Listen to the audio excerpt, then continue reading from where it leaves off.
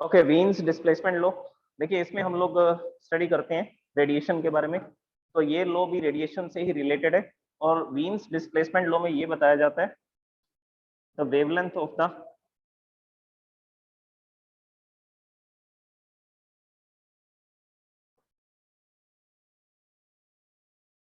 maximum intensity, the wavelength of the maximum intensity of emission of black body radiation is inversely proportional to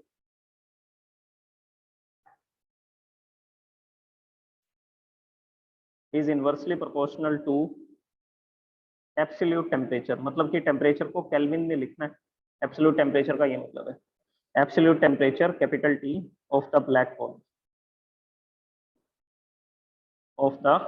black body. और ये जो wavelength है, देखो इस statement का सबसे पहले तो मीनिंग समझिए क्या है। जैसे कि हमारे पास एक ऑब्जेक्ट है, इस ऑब्जेक्ट को हमने काफी गर्म कर रखा है, हाई टेम्परेचर पर है ये। और अगर ये हाई टेम्परेचर पर है तो ये क्या करेगा, ये रेडिएशन करेगा, इलेक्ट्रोमैग्नेटिक वेव्स को अपने अंदर से क्या करेगा, रेडिएट करेगा। तो ये बेसिकली रेडिएशन कर रहा है।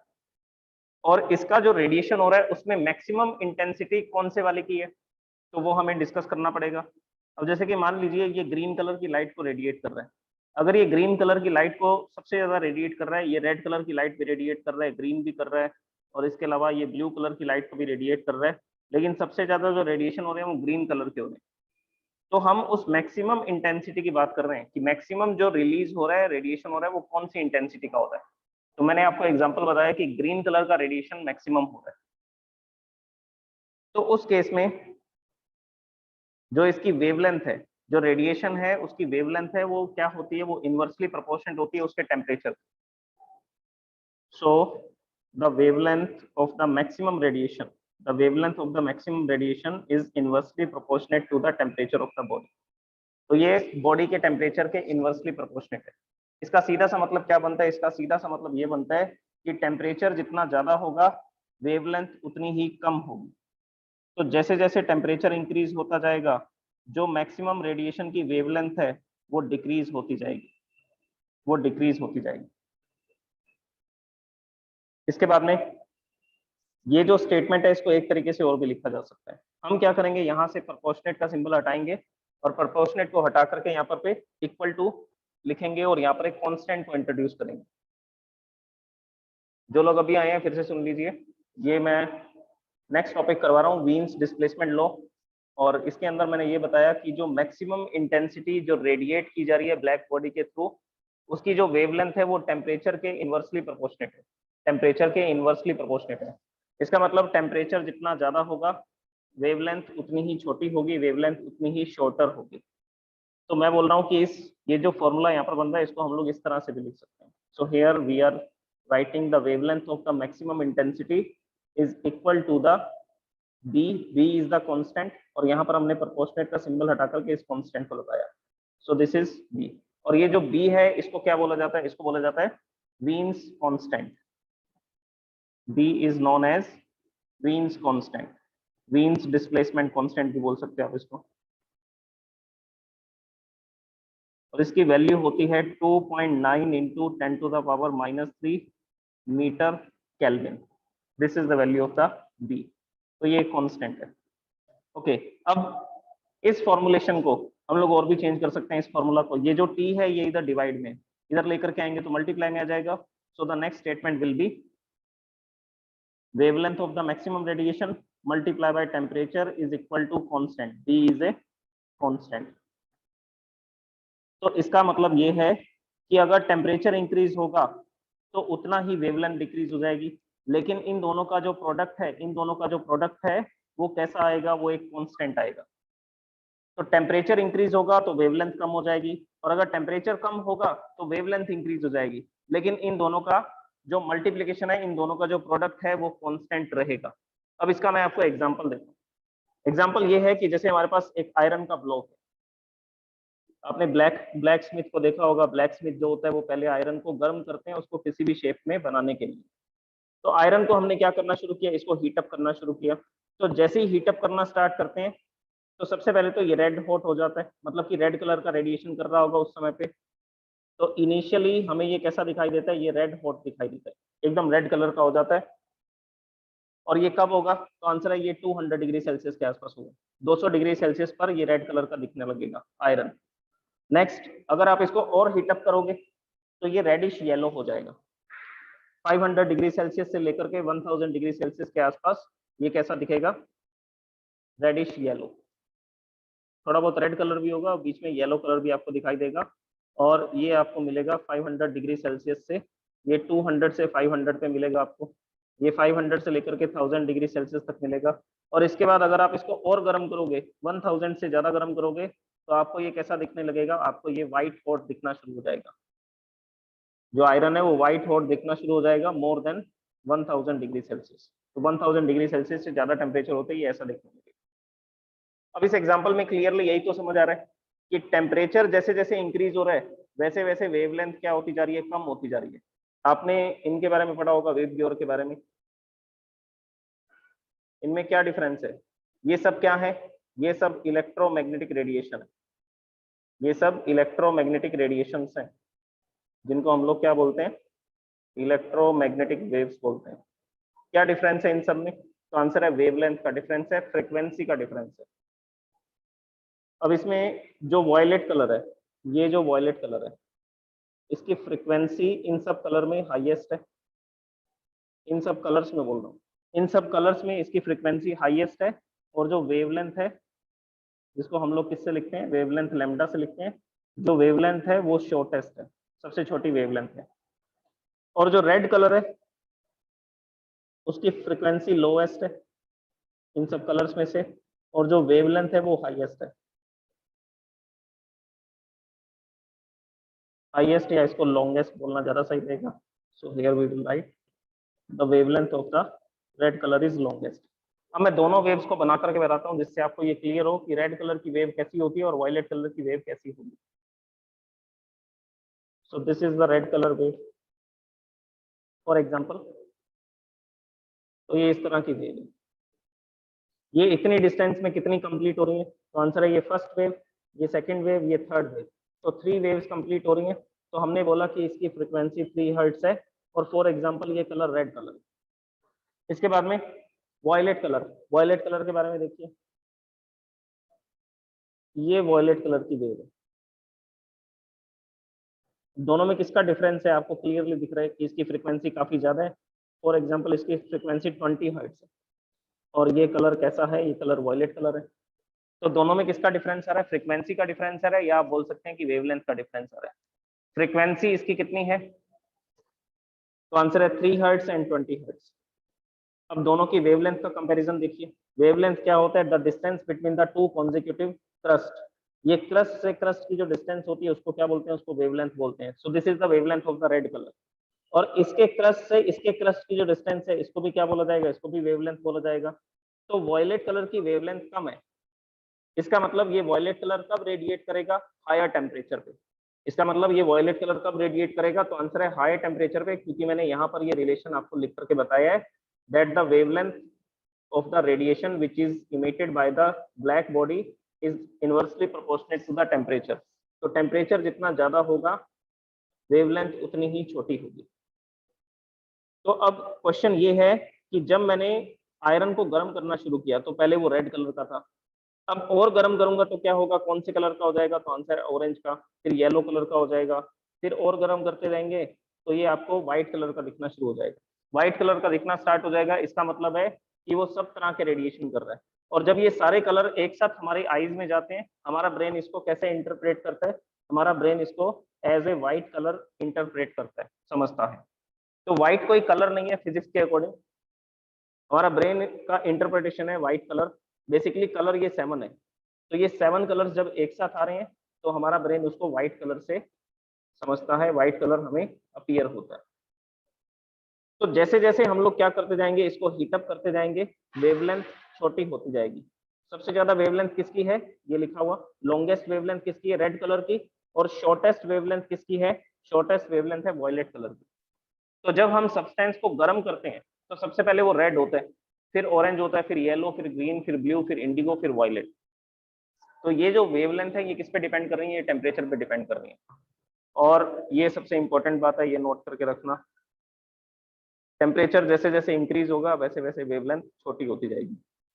वेवलेंथ के छोटे होने का मतलब है फ्रीक्वेंसी इंक्रीज होती जाएगी, फ्रीक्वेंसी इंक्रीज होती जाएगी। Okay, so this is the Wien's displacement law. अच्छा, इसका यूज क्या है? इस डिस्प्लेसमेंट लॉ का हम लोग यूज करते हैं सेलेस्टियल बॉडीज के सरफेस टेम्परेचर को मेजर करने के लिए। This law is used to major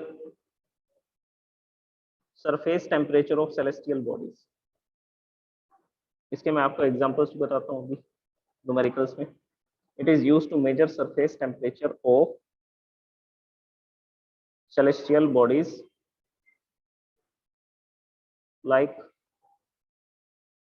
planets, sun, distant stars and moon। तो हम लोग अलग अलग तरह के मून, सन, स्टार्स, सन जो है वो तो एक ही है, हमारे जो पास में जो सबसे स्टार है उसको सन बोला जाता है, और डिफरेंट डिफरेंट स्टार्स हैं तो उनके टेम्परेचर्स को हम लोग इसी फॉर्मूला से कैलकुलेट कर सकते हैं। अब ये फॉर्मूला कैसे यूज किया जा सकता है? देखो, अभी मैंने आपको बताया कि ये वेवलेंथ और टेम्परेचर का जो मल्टीप्लीकेशन है वो कांस्टेंट रहता है, और उस कांस्टेंट को क्या बोलते हैं? वीन्स कांस्टेंट बोला जाता है, या वीन्स डिस्प्लेसमेंट कांस्टेंट भी बोल सकते हो। तो ये फॉर्मूला रहेगा lambda into T is equal to 2.9 into 10 to the power -3। इसको बोलते हैं वीन्स कांस्टेंट। ये बी की वैल्यू मैंने पुट कर दी यहाँ पे। तो इन दोनों का प्रोडक्ट हमेशा इसके बराबर रहेगा। तो अब क्या चेंज होगा? हम लोग क्या मेजर कर सकते हैं? हम लोग वेवलेंथ को सेंस कर सकते हैं। हमारे पास ऐसे इंस्ट्रूमेंट्स हैं जिनके थ्रू हम लोग किसको सेंस कर सकते हैं? वेवलेंथ को सेंस कर सकते हैं, या उस सन से जो रेडिएशन आ रहा है उसके कलर को देख सकते हैं। टेलीस्कोप्स के थ्रू, हमारी आईज के थ्रू हम लोग क्या कर सकते हैं? उस सन का या उस स्टार का कलर देख सकते हैं। तो उसका जो भी कलर आपको दिखाई दे रहा है, उसका जो भी कलर आपको दिखाई दे रहा है, उसमें से हम लोग मैक्सिमम रेडिएशन की बात कर रहे हैं कि मैक्सिमम कौन से वाला कलर दिख रहा है। ऐसे तो बहुत सारे रेडिएशन आएंगे। ऐसे तो स्टार से या प्लेनेट से डिफरेंट डिफरेंट टाइप के रेडिएशन होंगे। हो सकता है ब्लू कलर की लाइट भी होगी, रेड कलर की भी होगी, और कोई डिफरेंट कलर की भी लाइट होगी।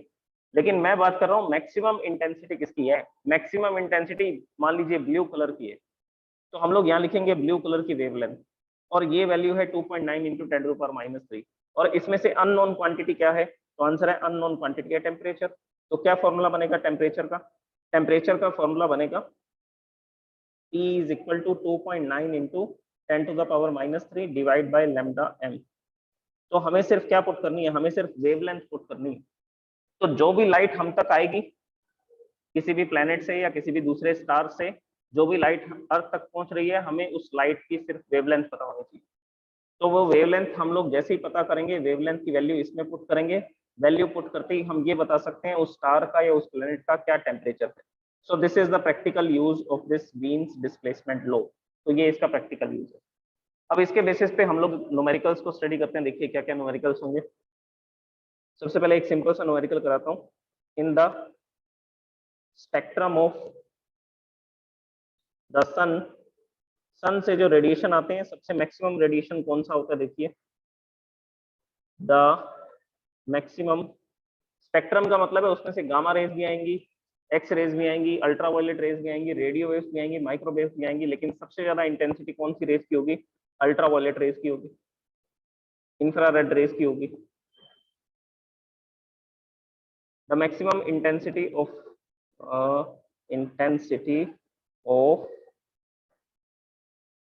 4753 angstrom. find the temperature of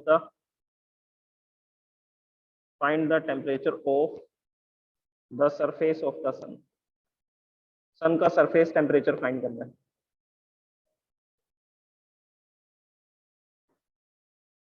ये जो इंटेंसिटी, ये जो लिखा गया है रेडिएशन, ये कौन सा है? तो मैं आपको बता देता हूँ, ये जो वेवलेंथ बताई गई है, ये वेवलेंथ कौन से कलर की बताई गई है? ये वेवलेंथ है इंफ्रारेड की। ये वेवलेंथ कौन से कलर, कौन से रेडिएशन की है? इंफ्रारेड की। तो सन से जो सबसे ज्यादा रेडिएशन आ रहा है वो इंफ्रारेड रेडिएशन आ रहा है। इसी की वजह से हमारा एटमॉस्फेयर गर्म होता है।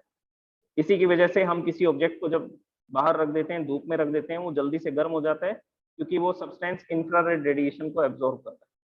तो सबसे ज्यादा जो रेडिएशन आ रहा है सन से वो इंफ्रारेड रेडिएशन है। अब हम इसके सॉल्यूशन की बात करते हैं। तो देखिए सॉल्यूशन क्या होगा इसका। तो हम लोग वीन डिस्प्लेसमेंट लॉ का यूज करेंगे। यहाँ लिखेंगे यूजिंग वीन्स डिस्प्लेसमेंट लॉ। अभी मैंने आपको बताया क्या फॉर्मूला बनाना है, T is equal to b upon lambda m. B की वैल्यू क्या होती है, बी तो कांस्टेंट है, 2.9 into 10 to the power -3, it is a constant, and divide by wavelength. Wavelength कितनी गिवन है क्वेश्चन में, ये गिवन है वेवलेंथ 4753 एंगस्ट्रॉम। एंगस्ट्रॉम कितना होता है, 10 टू द पावर -10 मीटर। ये आपने पढ़ा होगा स्टार्टिंग के चैप्टर्स में, 1 angstrom is equal to 10 to the power -10 metre. Okay, इसको सॉल्व करते हैं। 10 टू द पावर -10 अपस्टेयर्स में आएगा, तो -10 + 10 हो जाएगा, और +10 -3, this will be 10 to the power 7। So temperature is equal to 2.9 divide by 4753 into 10 to the power 7। अब यहाँ पे मल्टीप्लाई कर देते हैं 3 जीरोस का, 3 या 4 जीरोस का मल्टीप्लाई कर देते हैं। 4 जीरोस का मल्टीप्लाई करेंगे, ये हो जाएगा 29,000, और यहाँ लिख देंगे 10 टू द पावर 4, और डिवाइड बाय क्या हो जाएगा 4753। तो 3 जीरो मैंने इसलिए मल्टीप्लाई किए हैं, देखो 4 जीरो मल्टीप्लाई करेंगे, 4 करेंगे, क्योंकि 2.9 लिखा हुआ है, तो यहाँ पर क्या आना चाहिए, यहाँ पे 10 टू द पावर 3 आना चाहिए। ये पॉइंट है, कितने डिजिट शिफ्ट कर रहे हैं, 1 2 3 4, 4 डिजिट पॉइंट को शिफ्ट किए राइट साइड में, तो पावर को क्या कर देंगे, 4 डिक्रीज कर देंगे। तो मैंने पावर को 4 डिक्रीज कर दिया, तो 10 टू द पावर 7 को 10 टू द पावर 3 लिख देंगे, और यहाँ पे 29,000 लिख देंगे। अब इसको सॉल्व करते हैं। इसको सॉल्व करोगे तो देखिए क्या आंसर आने वाला है इसका। ये कैंसिल होगा, और कैंसिल होकर के दिस विल बी 6.10141, ये इसका आंसर आएगा, और मल्टीप्लाई में 10 टू द पावर 3 है। तो 10 टू द पावर 3 को इससे मल्टीप्लाई करोगे, तो पॉइंट को 3 डिजिट इस तरफ शिफ्ट कर देंगे, राइट साइड में शिफ्ट कर देंगे, तो पॉइंट को राइट साइड में शिफ्ट करेंगे, तो आंसर आएगा 6101.41 केल्विन। देखो मैंने आपको ये लो जब मैं बता रहा था, तब मैंने आपको बोला था कि ये कौन सा टेम्परेचर है, इसकी डेफिनेशन में हमने लिखा था। देखो क्या लिखा हुआ है, एब्सोल्यूट टेम्परेचर। एब्सोल्यूट टेम्परेचर का मतलब है कि टेम्परेचर को आपको किसी और यूनिट में मेजर नहीं करना, टेम्परेचर को सिर्फ किस में लिखना है, आपको केल्विन में लिखना है। तो यहाँ पर जो रिजल्ट आएंगे वो केल्विन में आएंगे, ऐसा यूनिट में आएंगे। So this is the surface temperature of the sun. अगर उससे सबसे ज्यादा रेडिएशन, इंफ्रारेड रेडिएशन आ रहे हैं, तो उस समय पर हम ये बोलेंगे कि सन का सरफेस टेम्परेचर ये होता है। अब इसी तरह का एक और क्वेश्चन देखिए। नेक्स्ट क्वेश्चन, ये डिस्प्लेसमेंट लॉ पर बेस्ड है। The wavelength of the radiations of the maximum intensity, comparison करके बताया गया क्वेश्चन में। ये प्रैक्टिकल एप्लीकेशन है इसकी। हम लोग सन का सरफेस टेम्परेचर यहीं से बता सकते हैं, उसके रेडिएशन को सेंस करके। हमने स्टार्टिंग में थर्मोमीटर्स भी पढ़े थे, पायरोमीटर, और ये 2-3 थर्मोमीटर मैंने आपको बताए थे लास्ट में। तो वो जो थर्मोमीटर थे वो बेसिकली रेडिएशंस पे तो बेस्ड थे, तो डिफरेंट रेडिएशंस को तो वो सेंस करते हैं। The wavelength of the radiations of maximum intensity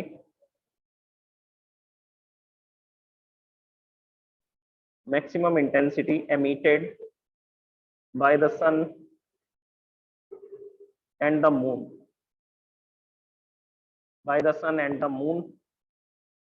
are कितना रेडिएशन कर रहे हैं, 5000 एंगस्ट्रॉम एंड 15 माइक्रोमीटर। दूसरा जो दे रखा है वो माइक्रोमीटर में दे रखा है। मून का जो एमिशन है वो माइक्रोमीटर में गिवन है रिस्पेक्टिवली।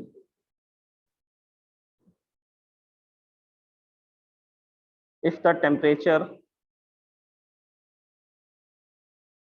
ऑफ द सन, अभी हमने कैलकुलेट किया था, is about 6000 kelvin. Actual value तो ये आ रही थी, लेकिन लगभग हम लोग ये मान सकते हैं 6000 केल्विन होगा, तो क्वेश्चन में इसने 6000 केल्विन इसीलिए दे रखा है। Then find the temperature of the moon, then find the temperature of the moon. तो मून का टेम्परेचर कैलकुलेट करना है। अब देखिए इस क्वेश्चन को किस तरह से किया जा सकता है। हमने अभी एक फॉर्मूला पढ़ा था, वो फॉर्मूला ये था कि लैम्डा एम और टेम्परेचर का मल्टीप्लिकेशन क्या रहना चाहिए, लैम्डा एम और इसका मल्टीप्लिकेशन, टेम्परेचर का मल्टीप्लिकेशन कैसा रहना चाहिए, कांस्टेंट, जिसको वीन्स कांस्टेंट बोला जाता है। सो this is the general formula, ये इसका जनरल फॉर्मूला है। अब हम इसके सॉल्यूशन को लिखते हैं। जो फर्स्ट है उसको हम लोग मान लेते हैं सन, और जो सेकंड ऑब्जेक्ट है वो हम लोग मान लेते हैं मून। तो यहाँ लिखेंगे wavelength emitted by the first object, wavelength emitted by the sun. तो सन फर्स्ट ऑब्जेक्ट है और यहाँ पे सन का टेम्परेचर लिखेंगे T1, और इक्वल टू में लिखेंगे wavelength emitted by the moon and temperature of the moon, और ये टेम्परेचर लिखेंगे मून का। और दोनों किसके इक्विवेलेंट आएंगे, दोनों बी के इक्वल ही आएंगे।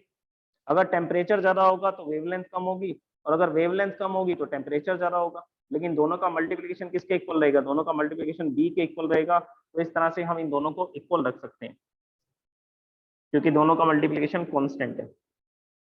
अब वैल्यूज पुट करते हैं। वैल्यूज पुट करेंगे तो यहाँ लिखेंगे सन की जो वेवलेंथ है वो कितनी गिवन है, 5000 एंगस्ट्रॉम। एंगस्ट्रॉम का मतलब होता है 10 टू द पावर -10।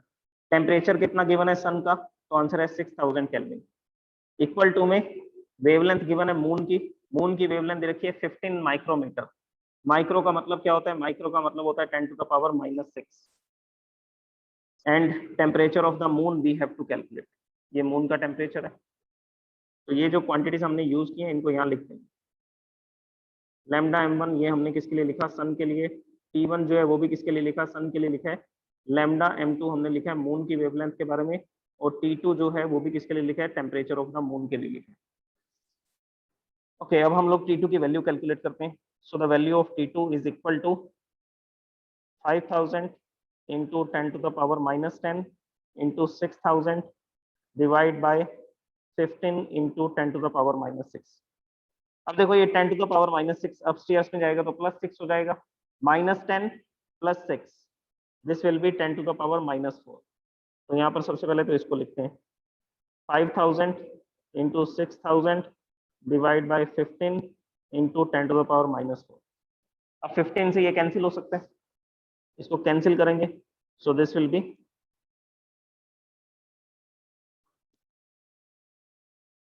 400, ये 400 आ जाएगा।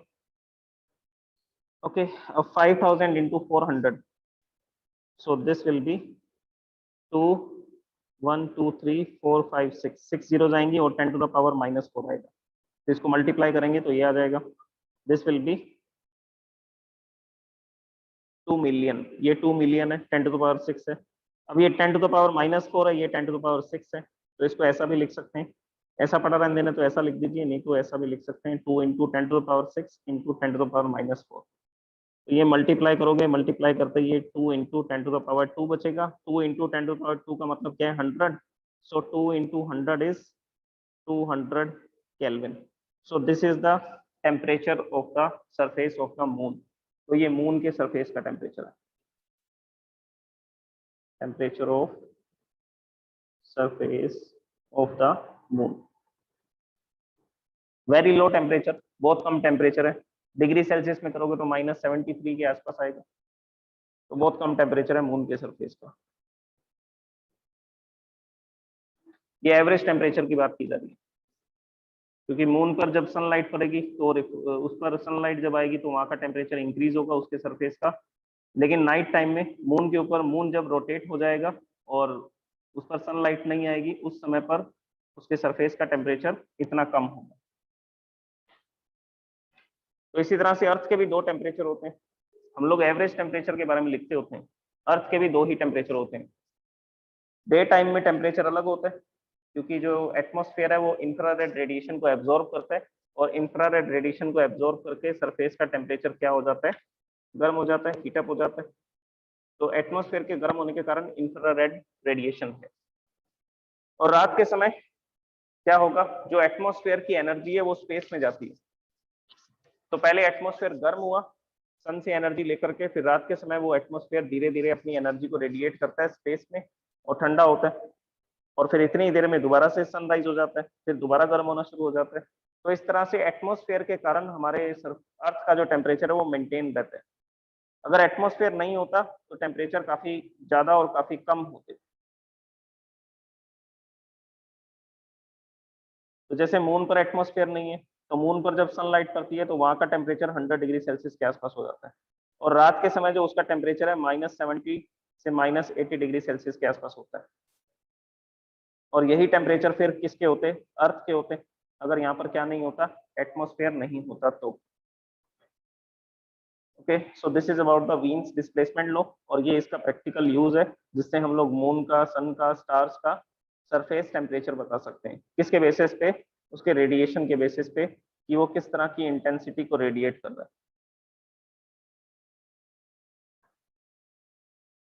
ओके, अब हम लोग नेक्स्ट टॉपिक के बारे में बात करते हैं, Stefan's law.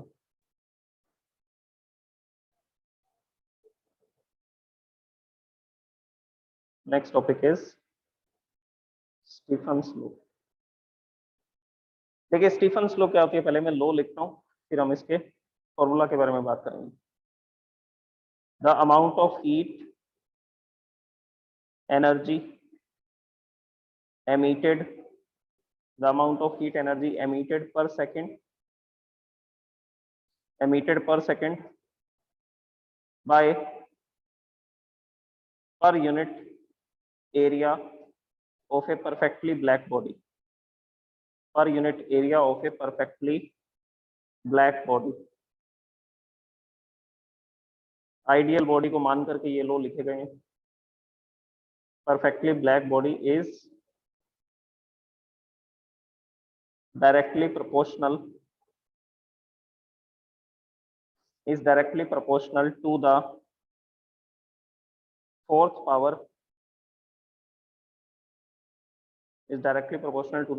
power of the absolute temperature।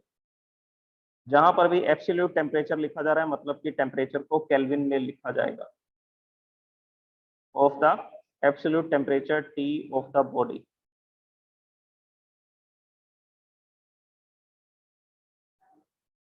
तो बेसिकली इसमें लिखा गया heat energy emitted per unit area पर सेकंड।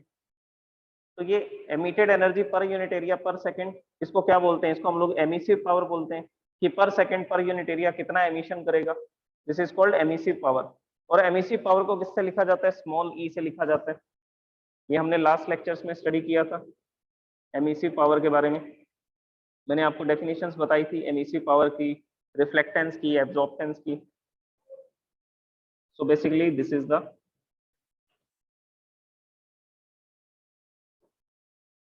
Emissive power. क्या होता है? एमिसिव पावर होता है थर्मल एनर्जी एमिटेड, कितनी एनर्जी एमिट हो रही है पर यूनिट टाइम, पर सेकंड में, और पर यूनिट एरिया में से। सो this is called emissive power. ये उस ऑब्जेक्ट की क्या होती है? एमिसिव पावर होती है। और ये जो स्टीफन्स लॉ है ये कह रही है कि एमिसिव पावर जो होती है वो डायरेक्टली प्रोपोर्शनेट होती है fourth power of the temperature.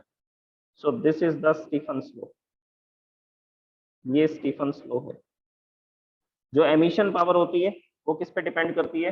वो टेम्परेचर के फोर्थ पावर पे डिपेंड करती है। तो जैसे जैसे टेम्परेचर इंक्रीज होगा वैसे वैसे क्या इंक्रीज होगी? तो आंसर है एमिसिव पावर भी बढ़ जाएगी। टेम्परेचर को आप डबल करोगे तो एमिसिव पावर 16 टाइम्स हो जाएगी। देखो टेम्परेचर की फोर्थ पावर आ रही है। फोर्थ पावर आने का मतलब है कि टेम्परेचर को जब आप टेम्परेचर को डबल करेंगे तो उस समय पर उसकी जो एमिसिव पावर है वो कितनी हो जाएगी? वो एमिसिव पावर हो जाएगी उसकी 16 times. So this will be the relation. ऐसा क्यों? क्योंकि जब टेम्परेचर को डबल करेंगे तो डबल टू का फोर्थ पावर कितनी होगी? Fourth power of the two will be 2 into 2 into 2 into 2, so this will B 16।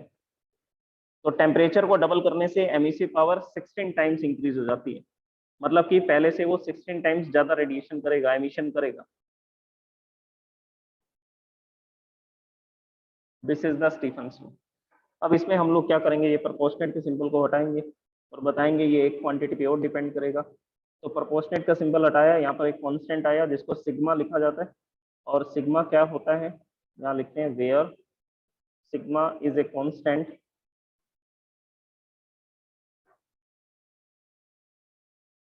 which is called Stephen's constant, which is called Stephen's constant।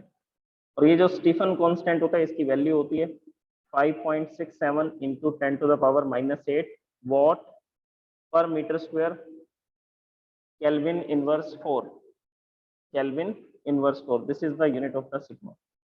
ये एक कांस्टेंट है, मतलब कि ब्लैक बॉडी इतना radiation करती है, टेम्परेचर को डबल करने से रेडिएशन 4 टाइम्स इंक्रीज हो जाता है, और ये एक कांस्टेंट आ गया इसका। और ये जो मैंने आपको लॉ लिख करके बताई है, इस लॉ को क्या बोला जाता है? इस लॉ को एक नाम से और भी बुलाया जाता है। तो एमसीक्यूज के अंदर इस टाइप के क्वेश्चन आते हैं। This law is also known as Stefan Boltzmann law. Stefan Boltzmann law भी बोला जाता है इसको। उसका कारण क्या है? स्टीफन ने तो इसको लिख करके बताया था और बोल्ट्जमैन ने इसको थ्योरेटिकली प्रूव किया था। तो इसीलिए अभी इस लॉ का नाम क्या रखा गया है? स्टीफन बोल्ट्जमैन लॉ रखा गया। बोल्ट्जमैन ने इस लॉ को थ्योरेटिकली प्रूव किया था। ओके,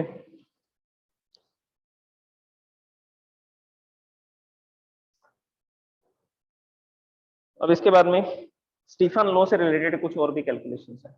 वो कैलकुलेशन के बारे में देखिए क्या है। देखो, इसमें तो हमने ये बताया कि उस बॉडी का टेम्परेचर कितना है। बॉडी के टेम्परेचर पे डिपेंड करती है एमिसिव पावर, लेकिन एक्चुअल में ये सराउंडिंग के टेम्परेचर पे भी डिपेंड करेगी। सराउंडिंग के टेम्परेचर पे भी डिपेंड करेगी, तो हमें उसको भी इस फॉर्मूला में लिखना पड़ेगा। तो यहाँ लिखेंगे emissive power is equal to sigma e to the power 4 minus temperature of the surrounding to the power 4। तो जितना ये एमिशन करेगा, कुछ एब्जॉर्प्शन भी तो करेगा, क्योंकि सराउंडिंग का भी तो कुछ ना कुछ टेम्परेचर है। जैसे मान लीजिए हमारे पास ये ब्लैक बॉडी है और ये ब्लैक बॉडी 100 डिग्री सेल्सियस पे गर्म है और सराउंडिंग का टेम्परेचर 27 डिग्री सेल्सियस है। तो ये जितनी एनर्जी रेडिएट कर रहा है उसमें से कुछ एनर्जी रिसीव भी तो करेगा। अब जैसे कि हमारे रूम के अंदर लाइट ऑन है, लाइट ऑन है तो हम ऑब्जेक्ट्स को देख पा रहे हैं। अगर हम ऑब्जेक्ट को देख पा रहे हैं तो जरूर उनमें से क्या हो रहा होगा? उनमें से रेडिएशन हो रहे हैं, इलेक्ट्रोमैग्नेटिक वेव्स बाहर आ रही हैं, वो हमारी आईज एब्जॉर्ब करती है और इसीलिए हमें इमेज दिखाई देती है। यही इमेज फॉर्मेशन का तरीका होता है। तो बेसिकली जो भी बॉडी यहाँ पर जिस भी टेम्परेचर पर है वो कुछ ना कुछ एमिशन तो करेगी, तभी हम उसको देख पा रहे हैं। तो इसने जो रेडिएशन किया, कुछ रेडिएशन को ये एब्जॉर्ब भी करेगा। तो मान लीजिए मैंने यहाँ पर एक सोर्स लगा रखा है, इस सोर्स से बहुत सारी लाइट प्रोड्यूस हो रही है, तो ये लाइट इस तक भी पहुंचेगी, ये इस लाइट को एब्जॉर्ब भी करेगा। तो ये एमिशन भी करेगा और ये क्या करेगा? रेडिएशन भी, ये एब्जॉर्बिंग भी करेगा और दोनों चीजें करेगा। तो बेसिकली जो बॉडी एमिशन करती है वो आसपास के सराउंडिंग के टेम्परेचर के कारण कुछ एब्जॉर्प्शन भी करती है। तो टोटल एमिसिव पावर कितनी हो जाएगी? अब देखो, इसको ऐसा क्यों लिखा गया? इसको ऐसा इसलिए लिखा गया क्योंकि ये रेडिएशन कर रहा है 100 का, ये 100 इसकी एमिसिव पावर है और कुछ 10 ये एब्जॉर्ब कर रहा है सराउंडिंग से। तो इसकी टोटल एमिसिव पावर कितनी हो जाएगी? नेट एमिसिव पावर कितनी हो जाएगी? तो आंसर है 90। 100 का एमिशन कर रहा है और 10 आसपास के सराउंडिंग से खुद एब्जॉर्ब कर रहा है। So emissive power is 90। तो इसीलिए इसको ऐसा माइनस में लिखा गया। So this is the net emissive power which is written by this formula. इस फॉर्मूला से इसको लिख सकते हैं। उसके बाद में अभी मैंने आपको ये बताया था कि एमिसिव पावर का फॉर्मूला क्या होता है? Thermal energy emitted divide by time into area. तो ये जो थर्मल एनर्जी इमिटेड है divide by time into area है, ये वैल्यू हम लोग यहाँ पुट कर देते हैं। तो E की जगह पे क्या लिख सकते हैं? एमिसिव पावर के प्लेस पे क्या लिख सकते हैं? एनर्जी एमिटेड पर सेकेंड पर यूनिट एरिया। तो ये वैल्यू यहाँ पे पुट कर दो। तो जैसे ही इस फॉर्मूला में पुट करेंगे नेक्स्ट स्टेटमेंट आ जाएगी E upon T into A is equal to sigma T to the power 4 minus temperature of surrounding to the power 4। अब इसके बाद में एरिया यहाँ पर डिवाइड में, इधर आएगा तो मल्टीप्लाई में आ जाएगा, इधर आएगा तो मल्टीप्लाई में आ जाएगा। तो नेक्स्ट स्टेटमेंट ये हो जाएगी E upon T. E upon T is the rate of loss of heat. This will be sigma A T to the power 4 temperature of the surrounding, and this is called the rate of loss of heat. Rate of loss of heat, जिसको हम लोग किससे लिखते हैं? जिसको हम लोग capital H से लिखते हैं। तो क्या फॉर्मूला बनेगा इसका? तो फॉर्मूला बनेगा rate of loss of heat का कि जो ब्लैक बॉडी होगी अगर वो गर्म होगी तो रेडिएशन के कारण वो कितनी हीट का लॉस करेगी। तो ये हीट लॉस का फॉर्मूला बन रहा है H is equal to sigma A T to the power 4 minus temperature of the surrounding to the power 4. So this will be the formula of the loss of heat. तो surrounding के temperature पे depend करेगा और body के temperature पे depend करेगा कि वो